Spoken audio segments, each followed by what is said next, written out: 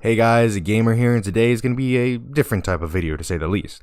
If you guys don't follow me on Instagram at rika.ag, then you probably should. But anyways, I recently posted about a visual novel that I played. The game is called CUPID, and it is about a young girl named Rosa who suffers the suicide of her best friend. Rosa came from an abusive mother, and she had been previously taken advantage of and thought of herself as weak, until one day she meets a marquise named Gleam and a piano prodigy named Catherine. Now, I'm not exactly sure how to pronounce this name, Gleam, but that's just what I've been saying, Gleam. You know, I don't know exactly how to pronounce it. Anyways, years later, Catherine commits suicide, and Rosa decides to try and find out why, with the guidance of her mother, who is you. Oh, and did I mention that earlier Rosa stabbed her out her own eye with a cross?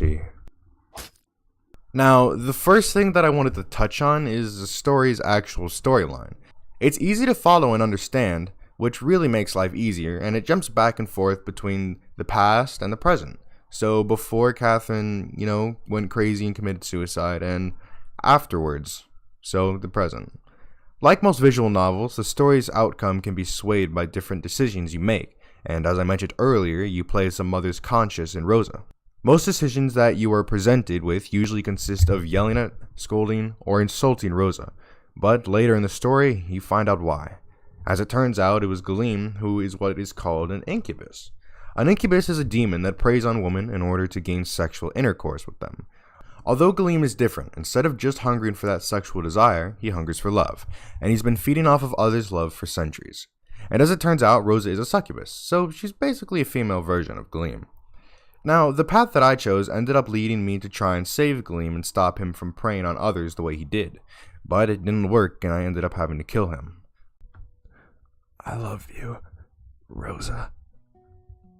As do I, Father. One of the other scenes that I've seen on YouTube consists of Rosa's mother telling Rosa that she never loved her, that Rosa was only her plaything, leading Rosa to go insane and brutally murder Gleam.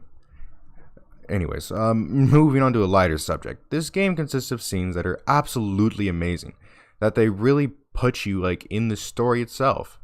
At the first ring of the few notes, it became apparent to the audience that this girl was something special. Now, keep in mind that I played this whole game, narrating and all, for 5 hours straight. That's how immersive this game was.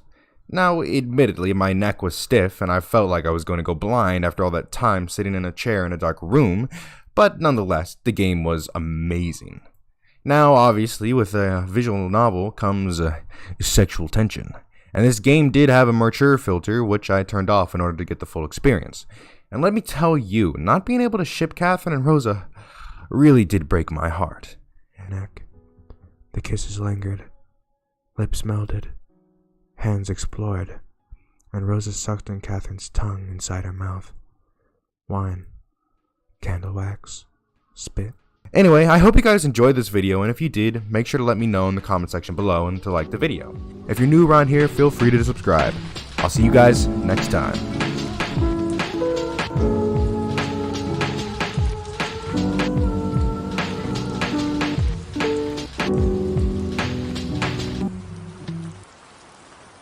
Don't rain on me.